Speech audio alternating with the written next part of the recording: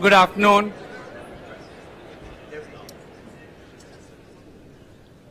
We'll make a start. My name is Kadambot Siddiq. I'm the director of the UWA Institute of Agriculture. I'm very proud to extend a very warm welcome to our 30th Hector Andrew Stewart Memorial Lecture. So this is my 18th, but it has been going on for a number of years. First of all, we must acknowledge that the University of Western Australia is situated on Noongar land, that the Noongar people remain the spiritual and cultural custodians of their land and continue to practice their values, languages, beliefs, and knowledge. I'm pleased to see some very familiar faces in the audience, but I would like to acknowledge a few. The Stewart family, friends, special guest, UWA Senior Deputy Vice Chancellor, Professor Tim Colmer, Emeritus Professor Graham Martin, Emeritus Professor Robin Owens, former DVCR in this university, the Institute's Industry Advisory Board member, and the chair of the CBH board, distinguished guests, UWA colleagues, students, ladies and gentlemen. As I mentioned earlier, this is a very important year as it is our milestone 30th lecture. The inaugural event was held in 1966 and is held in honor of late Honorable Hector J Stewart, then MLC, and his son, the late Mr Andrew Stewart, both from Wagin. They were wool growers. In 1921, Hector Stewart was elected to represent the Southern Province as a country party member of the Legislative Council. The following year, Hector, together with several of his colleagues, refused to accept an increase to his parliamentary salary. I don't think many people will do that these days. In 1923, the money was given to the University of Western Australia and was used in part to establish this memorial lecture or lectures. His son, Andrew Stewart, was president of the UWA's Guild of Undergraduates and twice the dean of UWA's then Faculty of Agriculture. As published in the Countryman in 1959, Countryman is a regional local newspaper, his students saw him a friend, advisor, as well as limitless source of knowledge on all branches of agriculture. The Stewart family have continued his devotion to agriculture education through their strong support of the memorial lectureship.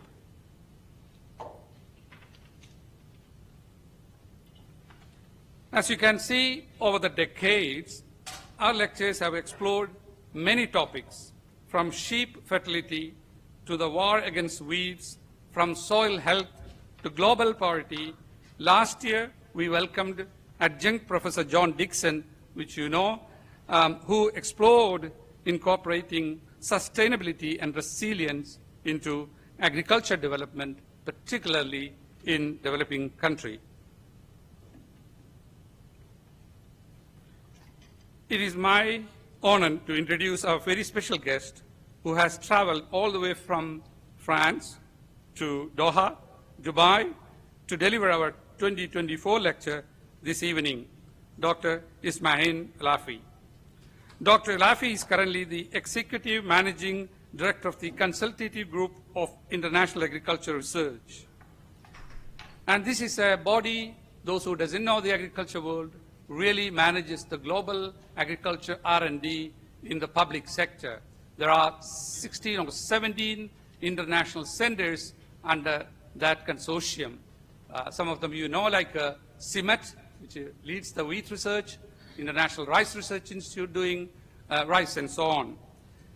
Previously to her 2023 appointment at CGIAR, only now about 8 months into the job, she held the position of the Chief Scientist at the Food and Agriculture Organization of the United Nations.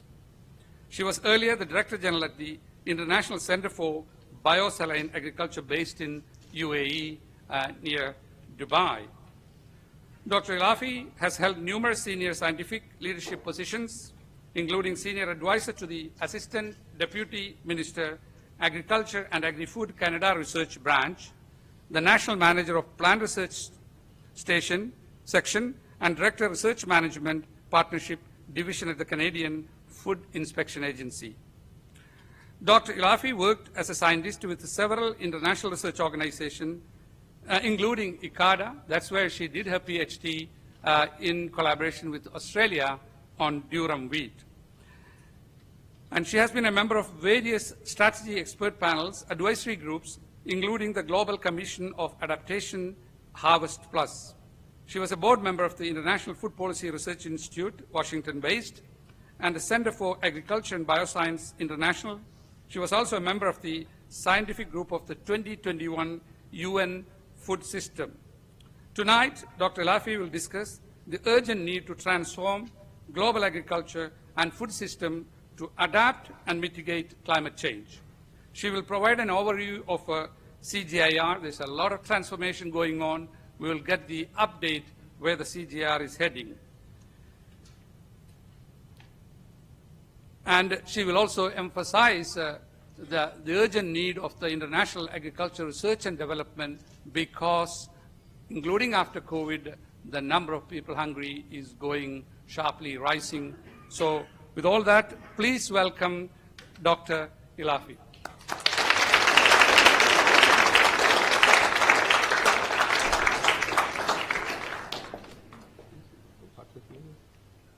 Thank you very much. Thank you. Thank you very much, Professor Siddiq. Can you hear me? Yes. So good afternoon. Really a pleasure to be with you here today, and impressed by the family Stewart for being here with us in a large number. It's really a privilege to be with you here and to be the person to give the 30th lecture of Hector and Andrew Stewart memorial lecture. Believe me, it was a long trip, but it worth it because it's nice weather and nice people. And getting to know new university in my list of universities that really they're very close to my heart. I love education, although I never had a chance to really work in education. So let me first tell you that really I hope that really my talk will inspire you to continue what you are doing, because many of you are either professors or students or farmers and related to farm on a day-to-day. And what I want to leave you with, it's really the need that we need to transform, and we need to do it very quickly, and it has to be science and evidence-based. So let me start by my story myself. So I'm originally from Morocco. I'm also Canadian. And when I started, I wanted to become a fighter pilot. I remember I was 15, and I came back home, and I said to my dad and mom, I'm going to the military school to become a fighter pilot. And they were shocked. Like, why? Why? I said, they came to school and they gave us a presentation, and I'm good at mathematics. It seems I have a chance to go in, and maybe I can save the world. I'm not. I won't be killing people. I'm going to be saving people. So I went in, and luckily for me, the government refused or stopped the program whereby they wanted to do the first Moroccan woman fighter pilots. And then I went to agriculture by pure chance, but once I came across genetics, I really knew that this is what I want to do. So since then, Dr. Siddiqui said a little bit what I did, including my PhD that was paid by you Australians, GRDC. I got a PhD from GRDC to do durum wheat, and that's where I know William Erskine from that time. And it was a joint program between ICARDA, which is based in Aleppo, Syria, and CIMIT, which is based in Mexico. But also, I had the university in Spain. So it was a beautiful PhD that I didn't feel like finishing, but I had to. So then I went and did my postdoc in Japan, because I wanted to see the Far East. I wanted to learn more. And since then, I went from place to place to place to here. I'm talking to you as the Executive Managing Director of CGIAR. And let me give you the talk. So why CGIAR? Why CGIAR is important? CGIAR is important because it's the largely publicly funded international agriculture research. It was created back in the 70s. Most of the center, like Erie, was created in 64, actually. Some of them 60s and 70s. And they were mostly important because they came at a time where we had a looming famine. And we had Borlaug, that many of you know, that got the Nobel Prize, because what he did actually is he took a gene of nanism and put it in many crops, in wheat, in rice, and many others. And as a matter of fact, the nanism gene was discovered by a Japanese scientist. And the first variety that was registered was in Japan in 1930. But he took that Borlaug, take that gene, and put it in things to have a huge impact to get him the Nobel Prize. The Japanese scientists didn't get the Nobel Prize, but Borlaug did it because of the impact. And that really gave the whole relevance and the whole backup for the CGIAR, because CGIAR then became very known for the Green Revolution. And the Green Revolution was very important because it really averted a famine across the world. So the CGIAR, it's a unique global niche. So we have 15 centers across the globe. Most of them are in the global south. Most of them are in least or low middle income countries. And we have the largest gene bank. So part of our mandate is to maintain the gene banks and the diversity. We have about 9,000 employees from 128 countries, but we have offices and projects in about 80 countries or 90 countries. And of course, we are network of networks. So we are really at the center, and we connect universities with national system, international agriculture research. Some of our global impact that we are very happy about and we are very proud of is that we have nutrient-enriched biofortified crops that have helped more than 50 million people. Actually, the new numbers, it's 96 million people. We have also the global economic benefit. As Dr. Siddiqui said, about 60% of the wheat comes from CIMMYT material, CIMMYT and Icarda. More than 60% of rice come from Erie. Most of the varieties of beans come from Siat in Colombia, and so on and so forth. So many of the staple crops were bred or pre-bred by the CGIAR centers. We are very, very proud that we were part and parcel of bringing new, more nutritious varieties, which actually avert every year about 3 to 6 million kids from death. And of course, we are doing more and more impact assessment. The latest one that we did last year shows that 80% of the rural household in Ethiopia have used one of the CGIAR innovations. So what we are doing right now, and that's what Dr. Siddiqui was talking about, is really we're coming together as one CGIAR. And in my position as Executive Managing Director, I represent all the CGIAR. We have two that are not with us, and I was discussing it with Neil just earlier, which is ICRAF C4. They are CGIAR, but they are not within the one CGIAR. And the way we are coming together, it's much more to have a bigger and more critical mass in terms of international agriculture research. We are integrating the capacities, the research, the partnership, the budget, and that's what gets us to come an organization of about $1 billion per year. And we want to make it easier for countries. So when I say what do we do as CGIAR, we provide solutions to low and low middle income countries. So how could we make it easy to those countries is by coming together as one CGIAR and giving them solution for wheat, for maize, for poultry, for fish, for all of it together, for water management, and so on and so forth. We are launching the new research portfolio. The scientists are writing it right now. And what we are doing, it's going to go from 2025 to 2030. So for the first time, we are doing a very long-term program that is backed up by the donors. And it is still anchored in our strategy that we launched a few years ago. And it is mostly looking at 9 impact areas, which is gender, nutrition, climate, poverty, and health. Yeah, I said nutrition. So there is one that I'm missing. That's not good. So let me find it. So it's climate change adaptation, it's nutrition, gender, poverty alleviation, and biodiversity protection. So it's the biodiversity that I forgot. And these are the new programs that we are putting in place. So the $1 billion, it's actually 9 programs. 8 of them are science programs, like, for example, breeding for tomorrow, or like sustainable animal and aquatic food. 1 program that we call it Scaling for Impact, and that's a program that really scale all innovations, both innovations that are from the CGIAR or CGIAR partners. And we have 3 accelerators that we think are very important in this era for the transformation of agri-food system, which is digital, gender, and capacity sharing or capacity building. And for that, we are using, of course, our assets, particularly our gene bank, as a must-have to do those programs. We are building all of this on the genesis that it was already shown that agricultural development, it's the best way to do international development.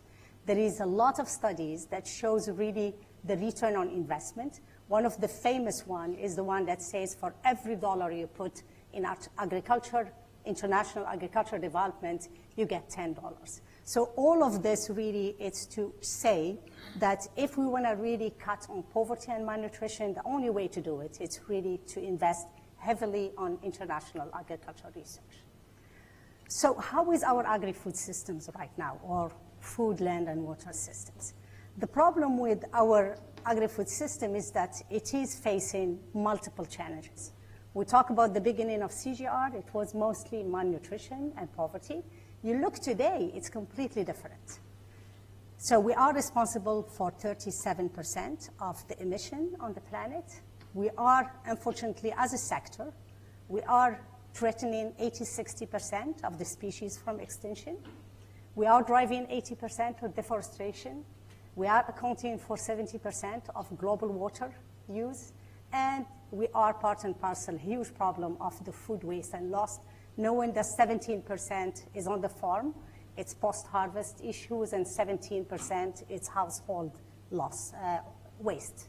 So the loss is at the farm, and the waste is at the household or at the market level. The biggest problem for agriculture, it's definitely, and for international development from my perspective, it's definitely the food and nutrition security. The numbers are not looking good at all. Even today, we have 757 million people that are facing hunger. If you look at the numbers pre-COVID, it's 134 million people more. So instead of reducing the number of people, it is increasing by the day. And the reason behind it is hugely conflict, but also climate change and few other challenges. We have still huge malnutrition of children under 5. 22% of the children worldwide are stunted, 7% wasted, and 6% that are overweighted. So when you look at where it happens the most, and that's the most important in this slide, it is happening mostly in Africa. It is happening in Asia. It is happening in Latin America and Caribbean to less extent, and so on and so forth. So we have still a huge problem mostly in Africa and in Southeast Asia. What I want to do in the next slide is tell you what's the difference. If I'm talking about the CGIAR and the Nobel Prize in the 60s and 70s, what's the difference? And in this slide, I want to show you what happens in the 30 years between 90 and 2020, and what's going to happen in 2020, 2050. So if we look at the disastrous number I showed you before are very bad, definitely. But if we look at the grand scheme of things, we have done very well from 1990 to 2020. And we have done very well in terms of percentages. So if you look at the percentage, the people that were under extreme poverty in 1990 was about 38% of the population. In 2020, it's 8%.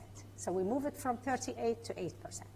In absolute numbers, we have reduced the number of people that are under extreme poverty from 2 billion people to about 620 people, 20 million people in 2020. So it doesn't look bad when you look at the 30 years. let's see how did it happen. So there is a big difference between the countries. So what you have here, and they're going to use your Siddiqui, your thing. Yeah. In which one shall I go? Here.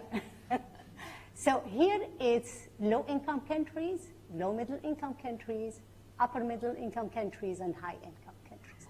So let me start with the high-income countries. What happens here? So what you have the input, which is the green, is going lower, and the output is going higher. So between 1990 or 60s, now it goes back to the 60s to now, we have increased the output per input unit. And how did we do it? It's technology and innovation. But that happened only in the high-income country, because the high-income country could adopt those technologies and could afford them. What happens in the other countries? You see here, you got both the outputs going up and the input, but the gain is pretty large. You go here, it's a little bit less. You go here, and the low-income country, all the increase of output was based on new land. There was very little innovation and technology. So what does it say here? It says that it shows that it's possible. This is possible.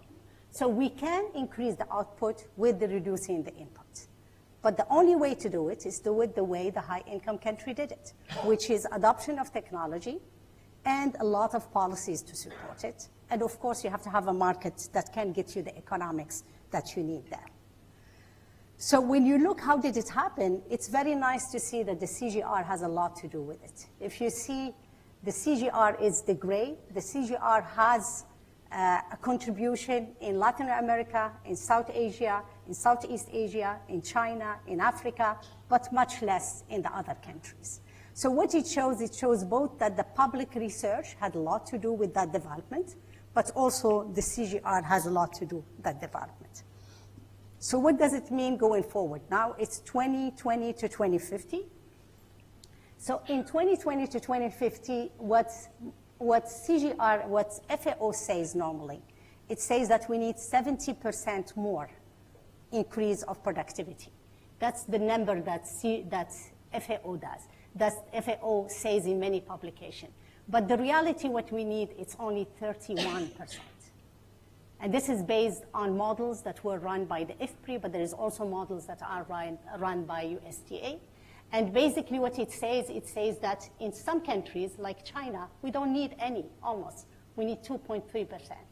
In East Asia, you need 25%. In Latin America, 24%.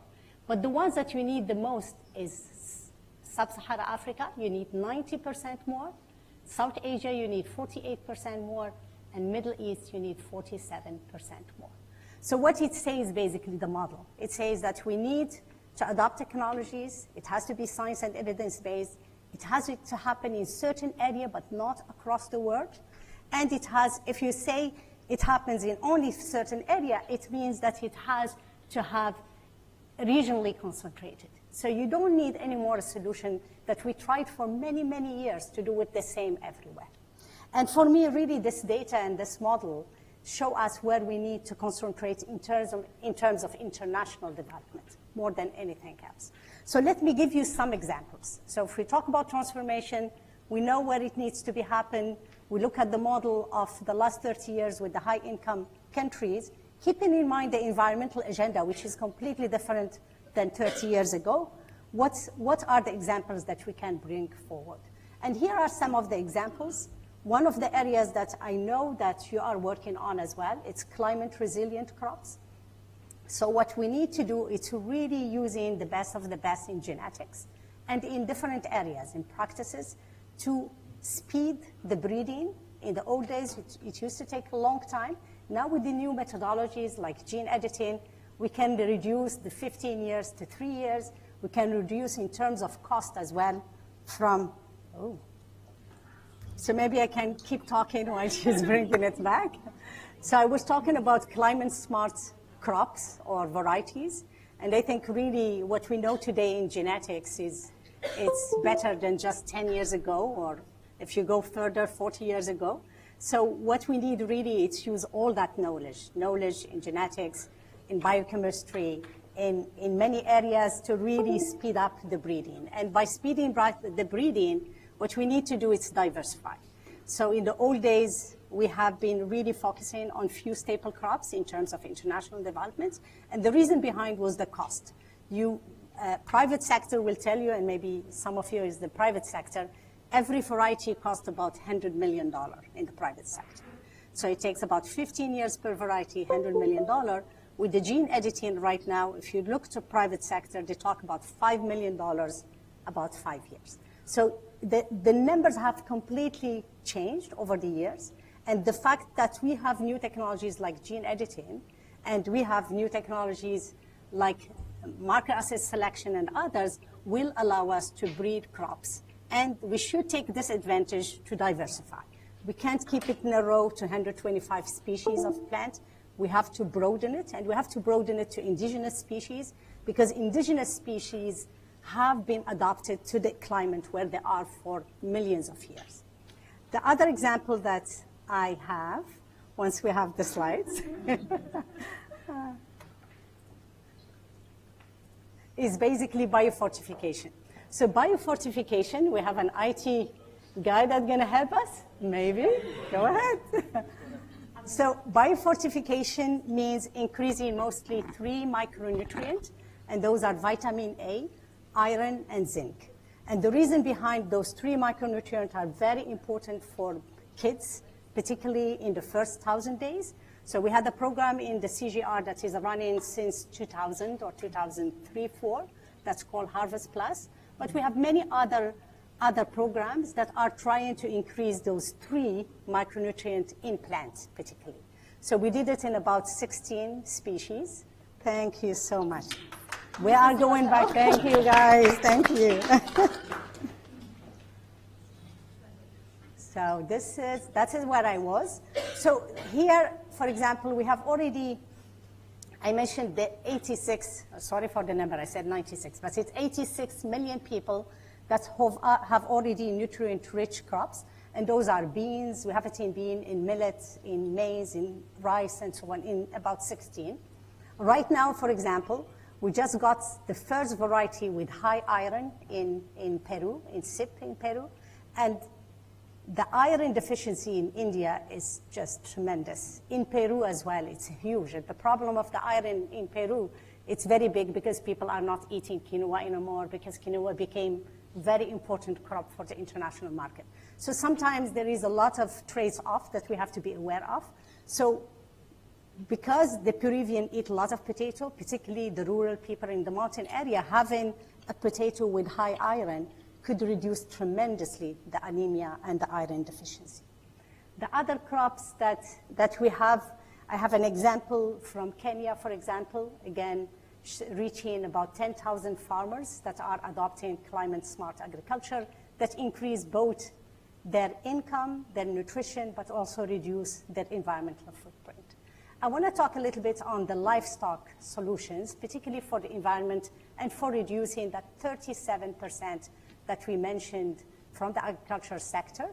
So in the methane, we have done, this has come from the breakthrough reports that we co-authored for the FCDO last year. Out of 98 mitigation strategies, we find 3 strategies that decrease methane, product-based emission, and while increasing animal productivities, those are in the top, and they reduce methane by about 12%. We find another 5 strategies that reduce methane while maintaining the animal productivity, and that reduce about minus 17%.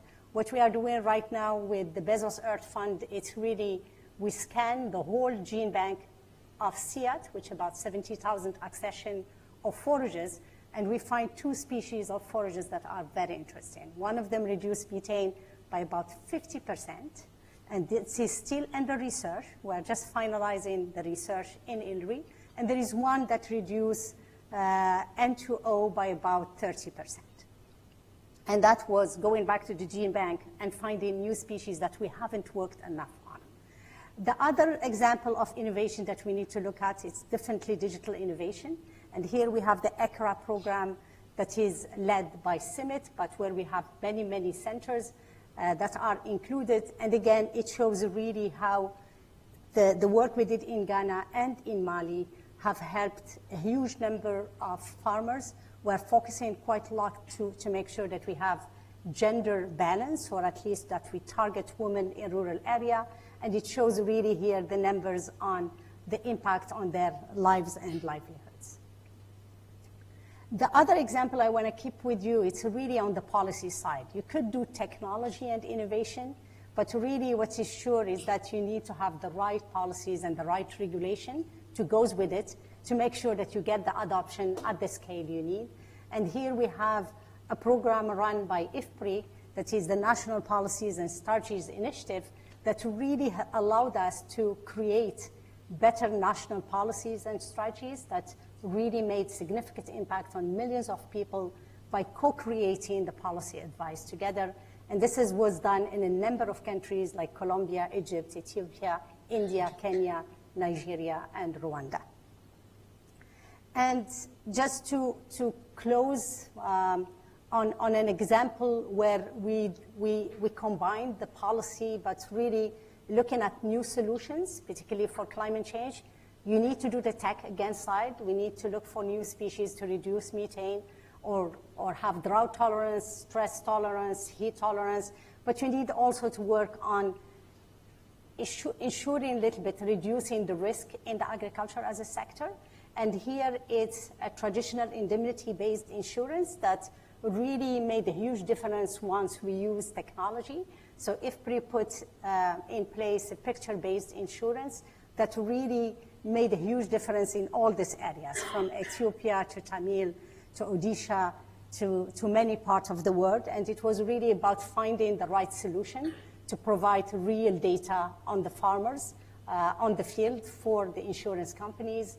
And really, this one, for example, it has helped, based on the studies that we did, it's not only the better economy for the farmers, but also the empowerment of women and impacting positively their lives at large. So how could we bring change? So we can bring change, again, for me it's really, I know innovation alone is not enough, but if you take innovation in the large scheme of definition, which is technological innovation, policy innovation, institutional innovation, societal innovation, really you could do breakthroughs. And some of the breakthroughs that I want to keep with you, I already talked about the one on forages, which is second.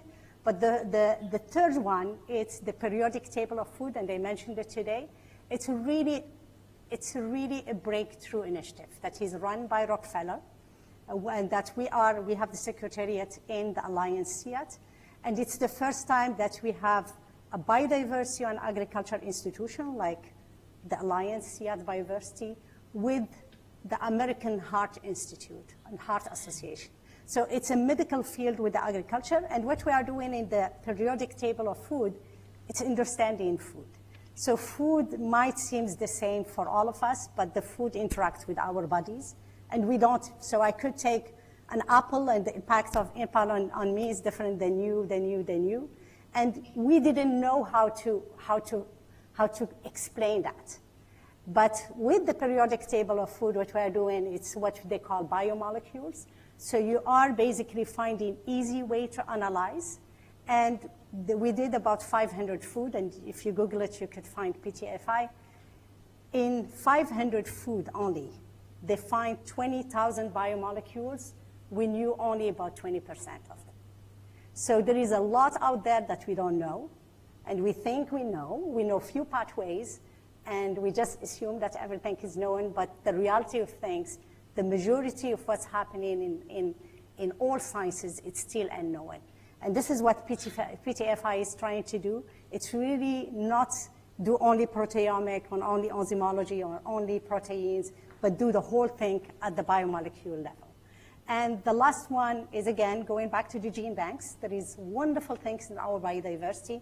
This is a program that was in Erie in International Rice Institute in Philippines, whereby young scientists with a small portfolio of $2 million that was with Google Research, he scanned how many are there? the number sometimes doesn't, I don't remember the numbers now. Okay, so the whole gene bank on the rice, and I don't want to say a wrong number, but let's see if, oh gosh, I don't remember the numbers. But anyhow, so I will Google it and find out the number. But what I want to tell you, normally if he does the screening over a normal period of time, it's 20 years. What he did, he used a spectral and an AI program, and he was looking for certain color trends. Color, it's mostly on the oxidation side. He picked up 800 from the 160,000 gene bank of the rice. In the 800, he planted the 800. 600 germinated, so we already lost 200 unless it's backed up somewhere else in another gene bank. And in those 600, now we have 16 lines that are anti-cancer rice, which is amazing. And we are trying it now on lung cancer, breast cancer, colon cancer with the medical school, and it's amazing. Already we started having it as a supplement, so there is a bit of a spin-off coming out to get it as a supplement. But just to tell you that getting to the gene bank, the 160,000, whatever it is, the number, but it's more than 100,000 definitely, it's getting that combined with the new technologies. You can find things much more quicker than ever. So we are at the best, sincerely, to innovate, and this is where we need to work better together. We can't do it unless we work together, and we can't do it unless we do the continuum in a better manner between university, research institution, private sector, people that will bring it to scale. And here I want to just close with the CGIAR and the COP28. Before, agriculture was never the main stage in the COP. It was always an environmental agenda mostly, very little agriculture. But I think between UK, Egypt, and UAE, we have seen a trend that is completely changing. It helped a lot with the UN Food System Summit that was held on the 2021 by the Secretary General. And what we are seeing in COP28 in the Leaders' Day, CGIAR was there, and agriculture was really discussed, and there was what the UAE called the Declaration on Sustainable Agriculture, Resilient Food System, and Climate Action that was signed by more than 150 countries. And for the CGIAR, sincerely, it was a push. It was a push to really get us there as the representative of the scientific community, and the push to really make sure that we bring agriculture as a solution. And I think you all agree with me, the only things that can sequester carbon, it's plant, it's soil, it's oceans, it's not Tesla. So Tesla got the money, but we do sequester the carbon. So definitely the agriculture sector has definitely to get organized to be the solution, to showcase that we can produce food, which is #1 priority, but in the same time we can save the environment by sequestering more and by emitting much less. So net zero, it's definitely doable, but we can go beyond net zero for the agriculture sector. And I think really working together and partnering together, it's very important, but also making sure we connect the dots. So agriculture, biodiversity, climate change, malnutrition, all of these are connected. And I hope really that we get donors like ACR and Australia to put more fund in basic research and in applied research and developmental research. Thank you very much.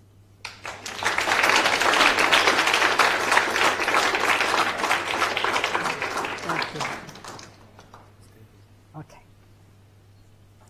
Thank you, Dr. Elouafi, for that overview. We'll take some questions now. We have got a bit of time. So say your name, where you are from, and the brief questions, please.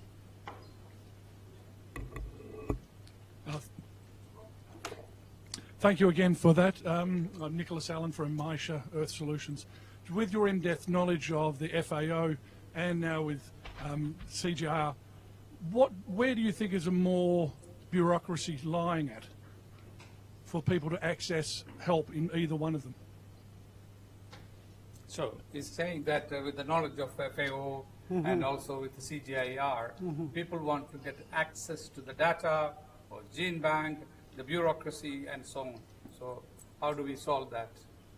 Yeah, I think I have to be politically If you correct. can solve that, you can come and within Australian universities. That's a big question, but definitely I think recognizing the difference, it's very important. So for me, that data 1990 to 2020, 2020 to 2050, it's a proof that we need to do things differently. We can't do the same thing. And two, we need to work together. We should find our human values are the same. But there is a lot of, how would I call it? There is always political agendas. And those political agendas in international development, we should just put them aside. I mean, I know that it's important to keep maybe the biggest share of the market for the private sector or for certain countries or for certain areas, but when people are dying from hunger, it should really touch everybody. And everybody should think twice before they push their political agenda if it's going to cost the life and livelihoods of people. For me, malnutrition for kids, it's the worst of the worst. When you see kids that doesn't get to their potential because they don't have enough nutrient, I think it's really sad. And I think today our humanity is being tested and we're failing big time. We're really failing big time. While we're going there, I think the best answer to that is generally CGIAR centers are pretty open. For example, getting germplasm, you write to the curator, information published what is publicly available. But if you don't get an answer, if I were, I would write to the Director General of that center, and definitely you will get an answer. Hi, Doug Hall. Thanks very much for your presentation. I work for industry, private sector, so I'm always interested in how we can build capacity in the private sector to do more R&D, to do more, to be more involved in introducing new varieties and new technologies and new practices into agriculture communities. And obviously one of the challenges in many traditional developing countries is the potential for resistance for technology. So sort of a double question. How is your organisation addressing that cultural challenge of potential resistance to outsiders suggesting better ways to do things, but also how is your organisation facilitating private sector taking more of a role? Because I would like to see the public funded research and activities transition over time towards more and more private. So the CGIAR, we work with the private sector in different capacities, small, medium, and large as well. So we don't own the varieties. So most of the varieties, what we do, we give it to countries, and countries will test them and register them. So by the end, does the country does it through their public system or private sector? It's their choice. But really, the resistance on adoption at the farmer level, it's a big question. And most of it, really, we do a lot of work on how could we really increase adoption of technologies. Right now, we are doing a lot of work on innovation bundles, whereby it's not about only variety to get the farmers to take it. It's about the practices, it's about the irrigation, it's about this. And I think really with the bundling, we have better numbers. But also it's working more with the development agencies for us. Private sector, we need to work more with the private sector, and we need to find ways and means to work maybe directly with them, outside also the national systems, but also working with international development agencies, because most of the time they are in between us somehow, it's between, and we need really to bridge that knowledge. One of the models we used with Harvest Plus that I mentioned was actually encouraging the farmers, the private sector to take the varieties, but then we created a logo. The logo became known as Harvest Plus, so it means it has more iron or vitamin A or zinc, and that worked very well. So the private sector had the right to take some varieties through the national system, but they were able to use the logo, which provide them more assurance of the adoption somehow. Thank you. Swara Singh. Jura Singh from ECU. Your presentation was excellent. As coming from farming family, We are well aware of the benefits of growing rice and wheat from northern India. You're showing great initiatives, but CGIAR is following up. In one of your slides, you say food wastage goes to 30%. And some of the vegetable crops, horticulture crops, goes up to 45%. So what's the plan of CGIAR to reduce those losses, which will contribute to food and nutritional security in the world? Yeah. So, yeah. Yes. Thank you. About it, take it seriously. He knows more than me about it. No, but that's good. No, but in the grand scheme of things, we don't do a lot of work on food waste and loss. Not enough.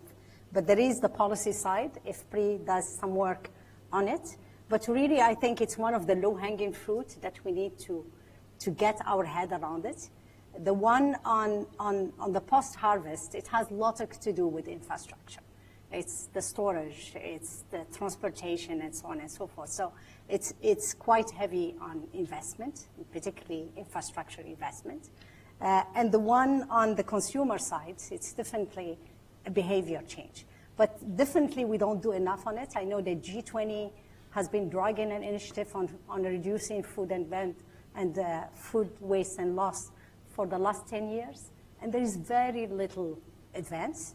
But some of the advances that are really beautiful are coming from youth and technology, whereby there is a number of youth in different countries. I came across them when I'm part of awards or part of selection of novel ideas, whereby really it's beautiful. One that I saw, and I was part of an MIT challenge program.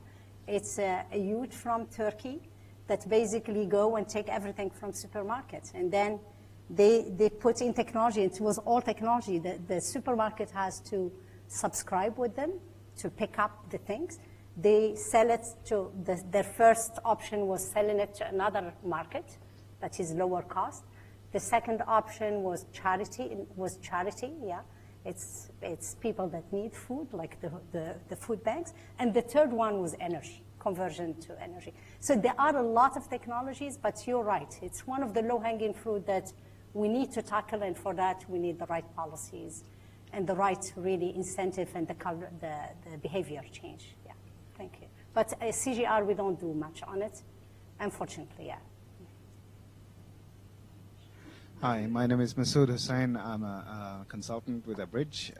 Question I have is around, for your organization, how do you see geopolitical issues, or basically the sovereign issues that is happening from different parts of the world with polarization of different sects, and potentially, for example, how would you say, you want to do the balance of the food between Siberia and Atacama, or Atacama with the Sahara? So where do you see that risk is being played, and how are you being able to leverage those, and how are you pushing or pulling that information together? Mm-hmm. That's, again, a very big question. Say about your Palestinian article which you wrote in Nature. Yeah. So, see, it's when you look at the World Food Program, it states very clearly. Number one issue with malnutrition right now, it's conflict. Number two, it's climate change. So in the conflict, it's geopolitical. It's all geopolitical. So it's very important really to recognize it. And I think really what's new for us as CGIAR, we didn't used to work much in conflicts and post-conflict zone. Now we are working because we had the experience in Syria, we had the experience in Lebanon, Sudan right now, and so on and so forth. So right now, we are realizing that the refugees or the conflict sometimes, it's not a matter of weeks and months, it's a matter of years. And hence, you need to help them to produce at least their food. So we are developing programs to see how we get there.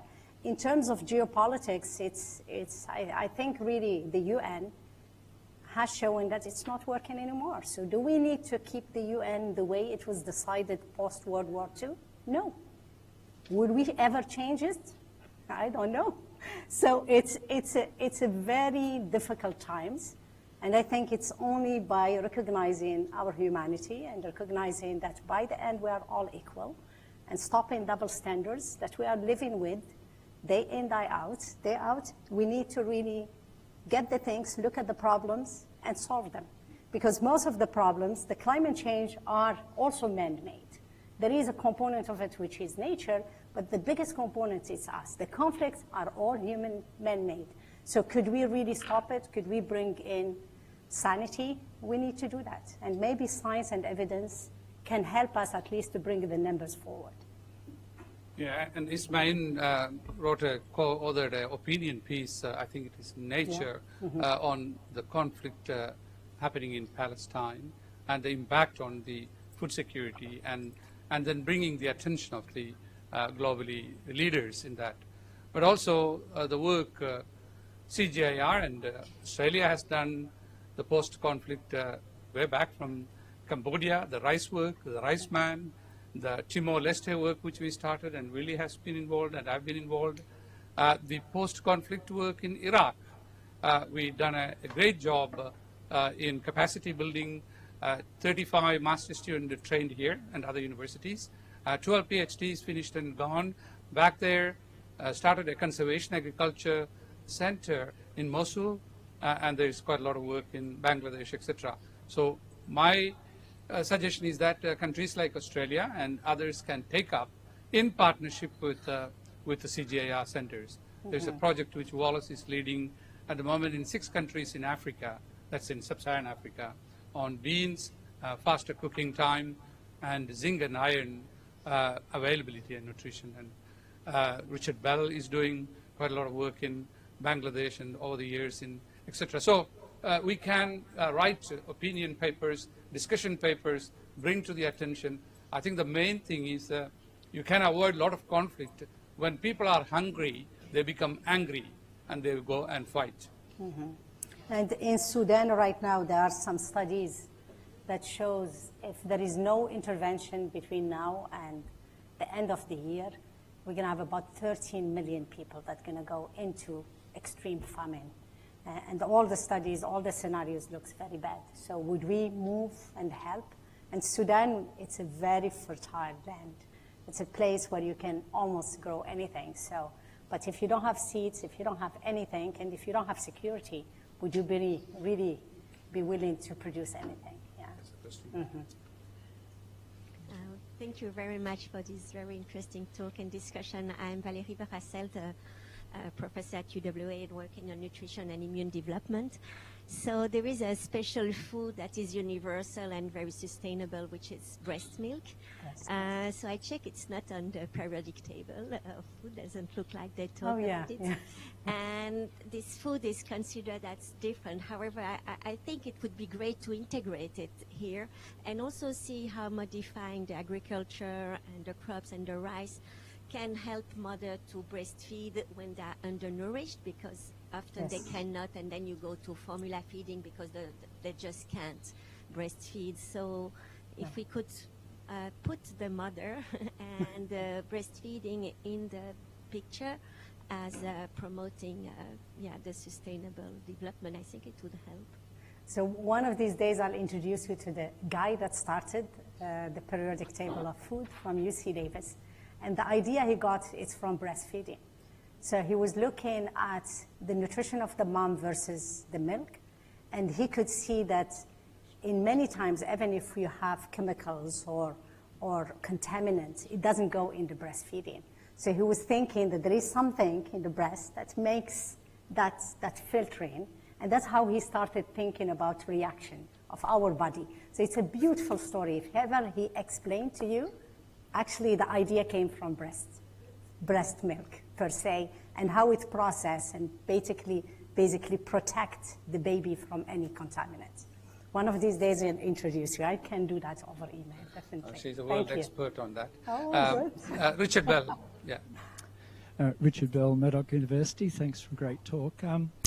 Interested in your perspectives on the changing relationship between CG centres and the national institutes, because since the CG centres were created, national institutes all over the world have grown great capacity. And at one point in your talk, you talked about co-creation, which suggests a certain model of engagement. At another time, you talked about creating solutions, which suggests a different type of engagement. So would you like to comment on that sort of changing relationship? Thank you very much, Richard. I think there is, although CGIAR has a wonderful impact across, but there was a bit of tension with the national system, a bit of competition with the national system. Like I was talking to the Minister of Agriculture of Morocco, who used to be my quantitative genetics professor. And I was telling him about a new program whereby we are doing a new program with Bill and Melinda Gates with some capacity building. And he said, I don't need it. I don't need it because if you take people, maybe they will never come back by the end. So, and he will say CGIAR took his best scientists and not give much. So the relationship, we have to recognize it. And we have to recognize how the national system has developed. And we shouldn't be spoon feeding or trying to spoon feed them because they don't need it. So we have really what we want to trying to do now.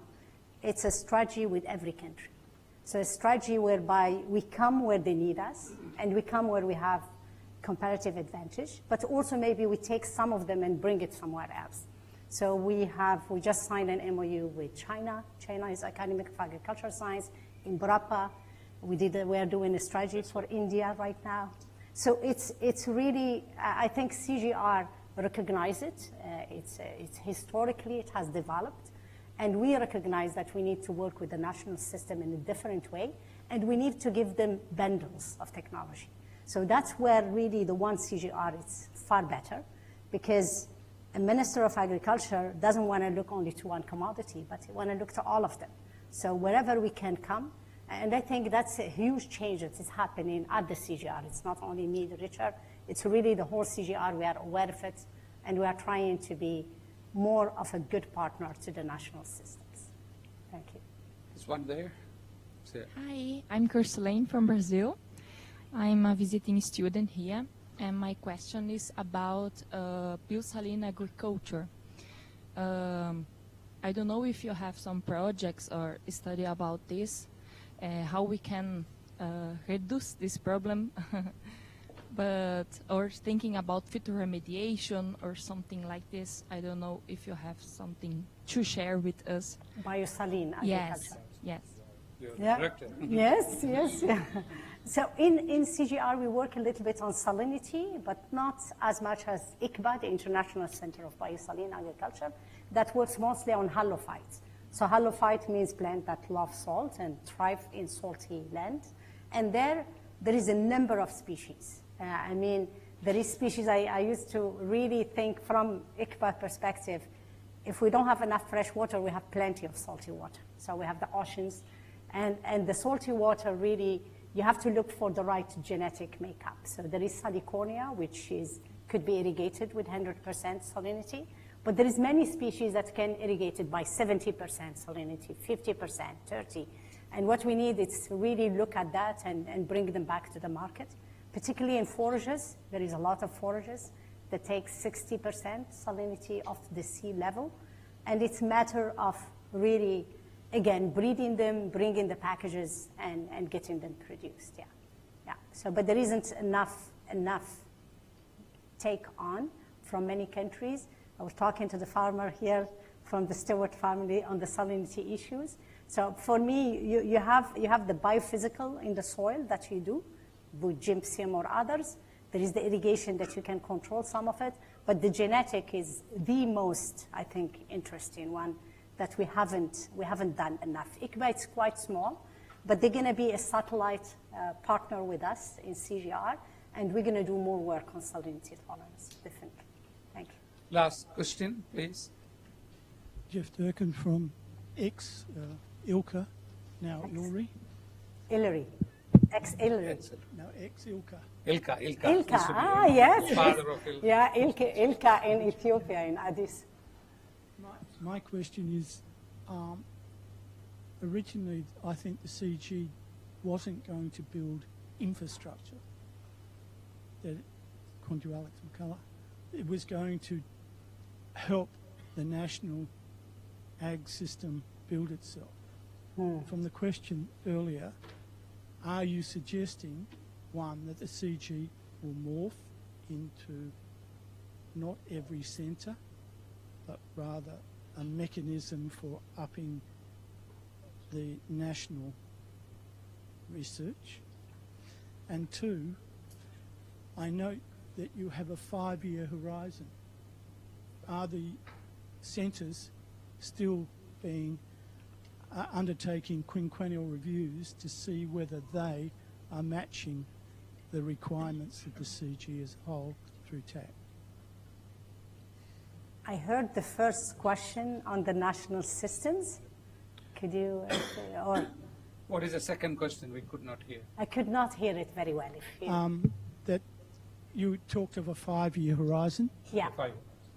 but the centres themselves had quinquennial reviews, which are 5 years. So are they still having quinquennial reviews to match your goals? I know your funding will help them match your goals. Are they still being carried out? And does the CG itself have a quinquennial review through a TAC or a Technical Advisory Committee that was in the FAO? Basically, talking about the review system, Yeah. lining up with the 5-year plan, but the CG also will have the review. Then the national system strengthening, are we going to consolidate, and then rather than everywhere CG centers. Ah, yeah. So, So, see, for us, the HQs are quite special. So ILCA, for example, Addis, it's still an HQ for us. So Iluri has 2 HQs, Kenya and Addis. So in the HQs, the relationship is different. So there is a strong work with the national system, but there is also a lot of capacity building, training, and lots of activities. What we are trying to do, and we are in the midst of it, it's changing our continental representation. So we are trying to create one secretariat at every continent. We take the Americas, Africa, Asia, and the Pacific. And what we are trying to do is put criteria to have country offices, whereby the country offices will facilitate the work with the national system. So, and it is about really what we are trying to clearly put in the new program 2530. It's what's our comparative advantage and what is our prioritization system. What would make us work in A, B, in this country or that country. And all of this is done in collaboration with the countries. So the 5 years or 6 years, if 25 to 30 is 6 years for us, the donors were very much used to the 3 years funding. We are trying to create pipelines and create a bit of overlap to secure at least the 6 years. And definitely, it's not a done deal. It depends a lot on the donors. And I'm sure you know the donors very well. Depends on their political cycle sometimes. They cannot commit. They can commit in theory, but in reality, they have their own internal system. Most of our money is ODA still, and the ODA has its own train. What we are trying to diversify, it's work more with philanthropy. Philanthropy have less bureaucracy to some extent, like Bezos Earth Fund. It's the best partner you can work with. It's really zero almost bureaucracy because it's a new foundation. But also we need to work with the private sector and with other partners. We need to diversify our membership and our donor basis. So we are trying. So we are trying because it's very important to have that, at least that 6 years horizon. And we need to build in flexibility so that we move to other areas if technology makes it necessary or if a situation of disaster make it necessary. I hope I replied to your question.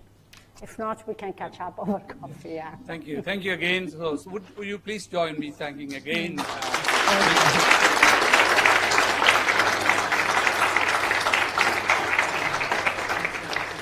This is a small present from Western Australia on our behalf. And thank you once again. Coming from the airport, just our program is so much intense. And tomorrow we're taking Ismahane to UWA farm. So that'll be interesting. So once again, thank you. Well done. Congratulations.